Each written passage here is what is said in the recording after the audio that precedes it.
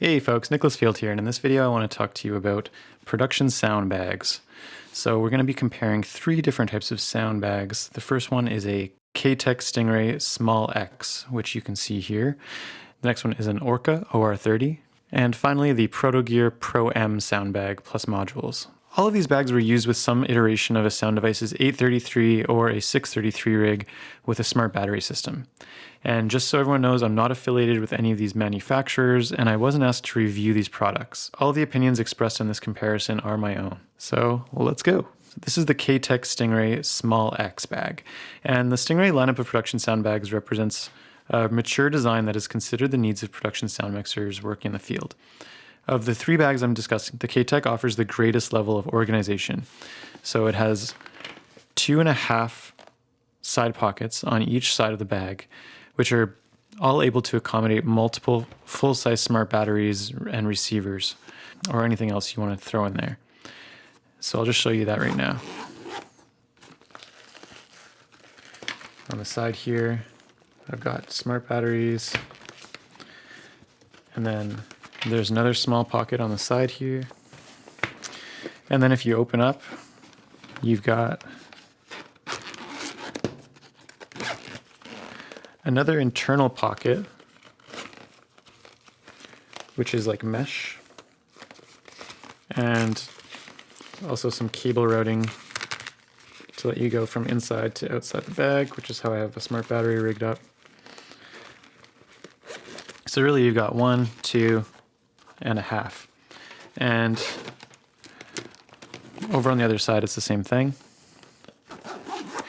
And the dope thing about this bag is the pockets open up like very, very wide. So it's quite easy to reach in there and grab your media when you're handing off to the DIT at the end of the shoot.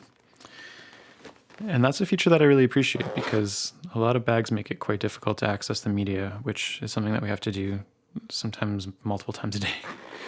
The bottom of the bag unclips via a plastic side release buckle, and it's designed to fit an NP or a smart battery. So I'll show you this. Just unplugs. You can see the little sticker for NP. You can definitely fit a smart battery in there or an NP battery, and that just clips. So outside of this main compartment, there is a roomy additional pocket that can collapse down to reduce the overall form factor of the bag by a few inches. So that's this right here. And basically it's full of stuff right now, but if you were to pull out these guys, it can just press right into the bag and it Velcros closed, okay? And I just have a little gooseneck light here, just clipped to the molly on the front of the bag. The utility of this pocket is really awesome because you can easily fit larger components like the Comtech base station, which is quite massive, and I've got my RF distro in here, and you could also probably fit a small format slate like a Denicky Smart Slate. You could just slide into the front. So I feel like that's really nice, just being able to fit stuff easily and securely and be able to access it without too much jamming. It just feels very accommodating, basically. So my two favorite things about this bag are the side pockets and the threaded attachment points that are on the front of the bag. I think the side pockets just open up so many great possibilities for gear organization. And I generally am using one of them for my smart batteries. And the cool thing is I was able to fit this custom 3D printed dual smart battery caddy on the side of the bag. So as you can see, there's a smart battery here and one here. And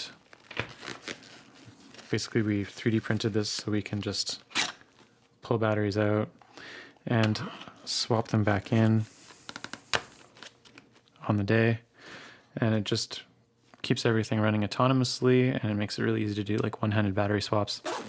One thing I've learned over the years is that how you pack your gear makes a big impact on how heavy a rig feels. So besides the mixer recorder, the batteries are probably the heaviest component of most rigs. And the further away you mount them from your body, the heavier they feel. So it's kind of like the boom mic getting heavier and heavier as you extend out the pole. And with this K-Tek bag, you can easily store them on either side of the bag or centered underneath the mixer. And I think that goes a long way in creating like a more balanced rig that feels a little bit less heavy when it's strapped to your chest. As I mentioned, there are 2 threaded attachment points, which are 1/4 20 female and 3/8/16 male for antennas or accessories, and they're on the top front of the bag. So what's cool about this is after fiddling with mounting dipole antennas on the 2 other bags that I'm talking about in this review, the K-Tek wins top prize for a solid solution for this common requirement among many, many location mixers. You just lock in your antenna of choice using whatever mount you choose, and they're just safe and secure. And of course, users aren't limited to mounting antennas. You can also mount like a phone or a tablet, gooseneck arm for work light, or magic arms. Some people even put monitors on them. The possibilities are quite extensive. And the cool thing is that recently K-Tek released a new, it's called a barnacle bar, and it mounts perfectly across the threaded attachment points between this one and this one, and it makes like a cheese bar for your bag. So I have to admit that I really like this K-Tek Stingray Small X sound bag. I think it's extremely well thought out, and it allows me to have a dedicated place for every component, and it feels like super solid. I've realized that I don't like having essential components just clipped to the outside of a bag, and so the level of containment that the system brings is pretty confidence inspiring for me. Another nice thing about this bag is the handles that pull out from the top, and these are just like very sturdy, like they use like a seatbelt, stiff seatbelt material, and they're sturdy and supportive, and they just really make it feel like, you know, your gear is safe as you're toting it around using these handles, and it's not going to go flying, nothing's going to fall out. It just gives you a little bit of peace of mind. So we'll tuck those away. Some other cool things about this bag are it has this little mesh strip here, and this helps with like breathability when it's pressed up against your chest and you're working on a hot day. But it can also slide the bag over a pelican case handle or whatever sort of case that you're using if you have a rolling case, and it just slides on and your bag is nice and secure, which makes for a great little dock setup. I find like it just makes it so everything is kind of like nice little system. Oh, another cool thing you can do with this little pouch here is if you rock HG25s, you can actually just slide them in, and you can still use the handles. So it's just like an easy way of tucking your headphones away when you're transporting the bag, which I love. And the K-Tek also comes with this little kickstand, and for the small X version, which I have, the kickstand just like velcros on here, something like this, and then it allows you just to tilt the bag. I haven't used this kickstand much so far since I got in this bag, and that's just because I have a cart that actually like has a tilting shelf that does the job for me, so 99% of the time I'm just going to use that. But if you are working off of like a flat work surface, this could be pretty clutch. This bag also comes with like a clear TPU cover, which I don't really use that much because if it's raining, I have like the full Stingray rain bib, which I've reviewed in another video. Also, it comes with this really cool like black kind of dry bag that you can basically drop the entire bag into it, and it is like a roll top bag with a clip. It even fits with the antennas on folded in, which I think is pretty sick because you can basically have a completely dry rig if you're going out into a rainstorm with your bag. You can carry it, and it just keeps the bag a little bit more stealth when you're moving through an urban environment. Say you don't want to have all of this stuff out for display, you can pretty much just have like a big black bag. No one will be the wiser.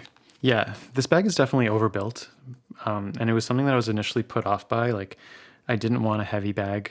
I wanted something that was like super light and minimal, which we'll talk about later. But with the overbuilt sort of quality of the bag comes a level of like security and comfort that is also pretty nice when you have a more robust kind of sound package like this. So yeah, like this is a heavy bag, but this wouldn't be my first choice for like a run and gun dock shoot where I'm having to rock the bag for like 10 to 12 hours a day. I would probably like try to build out something a little bit more minimal, but ultimately I love how it just feels so solid, and I can just like throw it wherever it needs to be. I'm not worrying about it. Everything's very like solid and well contained in the bag. So that's basically my overall review of the bag. It's like heavy, but it's full featured and it does the job really well. And it's really mature design that's seen different iterations, and K-Tek's definitely responded to the needs of its users, which is something that really shows, I think, in the final product. So with that said, let's move on to the OR30. So let's talk a little bit about Orca first. So Orca manufactures production sound and video bags, cases, and accessories, and they have an extensive catalog ranging from small pouches to full-sized wheeled trolleys, most of which are designed with these characteristic bright blue accents. And the Orca OR30 is an extremely structured sound bag with 2 detachable modules on the front pouch for small components. It's made of a combination of cordura and a unique rubbery feeling fabric that surrounds a rigid rectangular frame. The bag features 2 pockets, one on the rear of the bag that can accommodate a battery, and another on the front of the bag, and both of these pockets feature cable pass-throughs from the main compartment of the bag. Please note that I have an early version of this bag, which is equipped with this non-detachable front pocket. And newer versions of this same model of this bag have a zipper detachable front pocket. So it just detaches right here. You can take it off and you can just have this area. The OR30 originally came to me in a package with my first mixer recorder, which is the Sound Devices 633. And I used it extensively for the first 4 years of my career. And then I actually brought the bag back in winter of 2024 for work on a documentary shoot. And when I returned to the Orca bag, it was kind of a revelation for me because I liked it a lot more than I thought I would. The rigidity of the bag was really a breath of fresh air after using my Protogear bag exclusively for a few years. And I appreciated like the solidity and the protection that it offered, but it still just wasn't quite spacious enough to house my growing collection of equipment that I needed to bring out on heavier jobs. So let's talk about what I like. I love the main compartment of these bags because it's just so rigid. These bags, they come with a great divider system, and I don't have it on right now, but it comes with a bag elevator that like clips onto this, and it's like an adjustable elevator so you can have your mixer sitting perfectly at the height that you want, which no one else has, and I think it's a really cool feature. The front pouch of the bag is not quite big enough for any of my larger units, like my BSRF RF distro or my Comtech 216 base station. Like technically, both of these things can fit, but then this pocket has to remain like awkwardly open to access the controls. And similarly, it can fit smart batteries in here, but it tends to swallow them. And it makes it kind of hard to swap them, I find. So ideally, one would use the rear pocket for the smart batteries. But the problem is that this makes it awkward to swap batteries when you're wearing the bag. Because if you're wearing it, it's pressed up against you, and then you can't open the zipper. So you actually have to like undo the zipper just to swap a battery. And if it's on a cart and it's like this, then it's basically also like needs to be tilted up and the zipper opens so you can pull the smart battery out. It just doesn't really make sense to put a battery back there, even though it like is clearly designed for that. The modular pockets are great in theory, but in practice, the elastic on mine ends up stretching to the point that you have to use a bongo tie on the side. So I'll show you how I have this bongo tie here. That basically keeps any transmitter or receiver just a little bit tighter, because otherwise it's just kind of flopping around. And if you keep watching this video, you'll see that I hate when things flop around on my bag. Additionally, I find it kind of annoying that this design leaves expensive transmitters mounted externally on the bag and they're unprotected from the elements. So say you do want to rock this rain cover, have it on top of here, you still have transmitters on the side of your bag that are uncovered. Say you're walking and you like run into a door frame or something. Those transmitters are they're inevitably gonna have more exposure than the rest of the components in the bag, which fine for some, not my favorite thing. There's also like the issue of having cables running out of the bag that can get caught on things, which I also don't really like. So mounting antennas on the bag is pretty easy because it has this rigid frame. So one can use a small clamp just to rig them on the corners here, or order the antenna accessory directly from Orca. But either way, the mount may still get in the way of the bag's internal organization depending on how crammed your layout is. Ultimately, I think the Orca bags thrive when housing large production sound rigs that live life primarily on a cart. Because of their rectangular rigid frames, they feel somewhat like an equipment rack, right? And if I were purchasing one for this purpose, I'd probably get a larger size than I even needed, just so I could put all the components, including like my batteries, in this main compartment just so they're easily accessible. Because this right here is like a solid design. If you're just gonna be sitting in a cart, everything is laid out nicely in this rectangular format. I think that's really cool. But like for me, I'm not a huge fan of how much it protrudes from the body, like especially if it's full of stuff. It's sticking out quite a bit. It's pulling the weight down in front of you, and it's just like feeling ultimately more bulky than it needs to be given its purpose. And if you think about it compared to the K-Tek, which is built sort of wider, to me the wider design makes a bit more sense because it keeps you a bit more compact. When you're having to wear the bag on set, you can just kind of like slide into the smaller corners of the set more easily. Essentially, I feel like the bag takes up too much space for what it offers in terms of organization. With that said, let's move on to the next bag in the list, the Protogear Pro M sound bag. Okay, so this is my Protogear Pro M sound bag. And Protogear is a very innovative company that's building production sound bags and accessories in Montreal, Canada. And their focus seems to be in creating minimalistic type bags for compact setups, as well as some incredible custom bags that are designed to the exact specs of their customers. And their bags are generally constructed out of a nice hard-wearing Cordura fabric with little to no padding. Their custom bags are often, though not always, designed with special carbon fiber frames, whereas the stock Pro M and Pro L bags are like frameless designs. They do have some rigidity, but they don't have any like hard internal framing. So I purchased the Pro M bag with one dual pocket, which is right here, and one battery sleeve, which attaches to the front of the bag via its Modulox connectors. And I'll just show you how the Modulox connectors work. Basically, that's the Modulox connector. This is the rear, and it just presses and slides in. It's very easy to use, actually, once you get used to it. Eventually, I needed more space for components, and I purchased a triple pocket for the bag as well.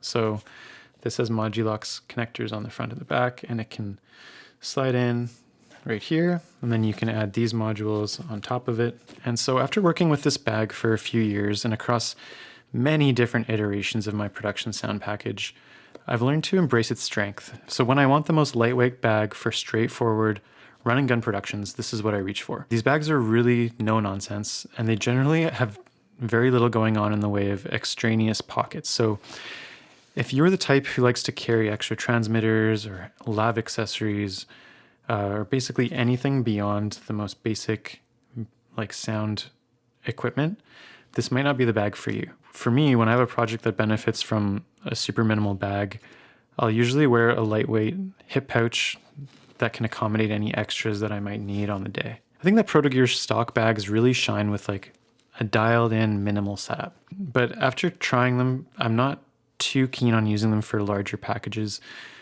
that involve having multiple transmitters, IFB, RF distros, and like multiple batteries. Because in my experience, having multiple rows of these Modulox connected modules, it tends to make the bag kind of sag and flop a bit when weighed down. And the result is a bag that can start to feel a bit sloppy when it's maxed out with a ton of gear. So I'll just show you some photos of like how I was running the bag with a lot of extra gear and with this module, just so you can see what I mean by that. And this is no fault of Protogear. I feel like their stock bags just aren't designed with those types of super complex rigs at the front of mind. And ideally, like if you have a specific setup like that, a custom bag from them that perfectly integrates with your specific components is probably the way to go. And now I'll just give you a tour of like how the bag is set up a bit. So here's the bottom.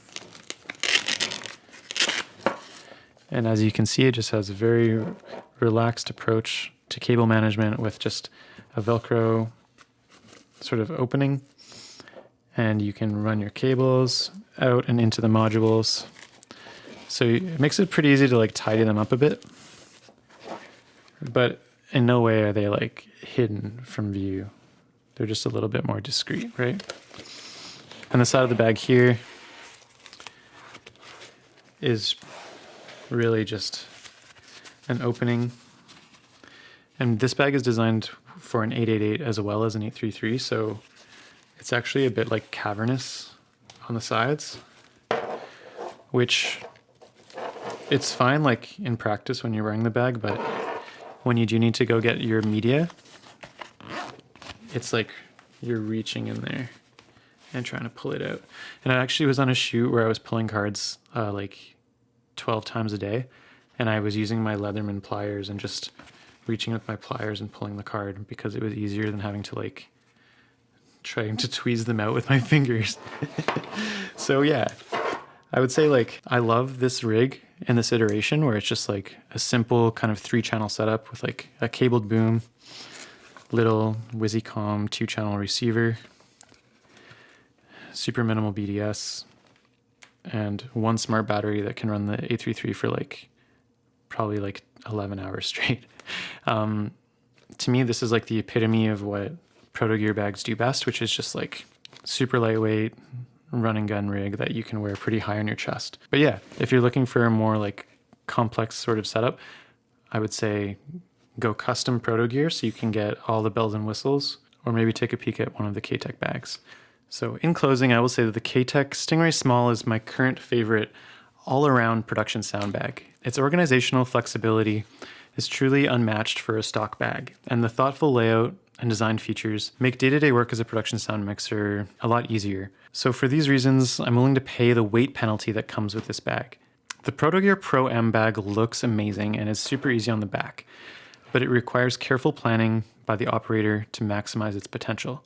So for this reason, I think a custom Protogear bag is the best way to go for folks looking to optimize their bag rig as much as possible. Or if you have a really minimal bag and you know that it's going to stay that way, then one of their stock bags can be a great option and provide pretty decent value as well. The Orca bag is probably my least favorite bag on this list. And for me personally, it just doesn't quite offer the level of storage and flexibility that I would like from a bag of its size.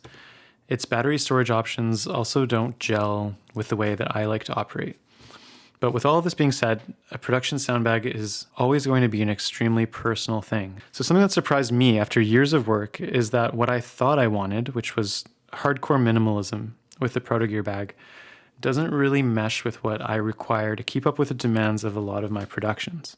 And that doesn't mean that it can't always keep up with it. It just means that for me, like if I need an all-around sort of solution that I'm not going to be having to rebuild, or add and subtract components from on a very regular basis, this works great for me, and this works great for me as a small rig. For other users, it could be a completely different situation.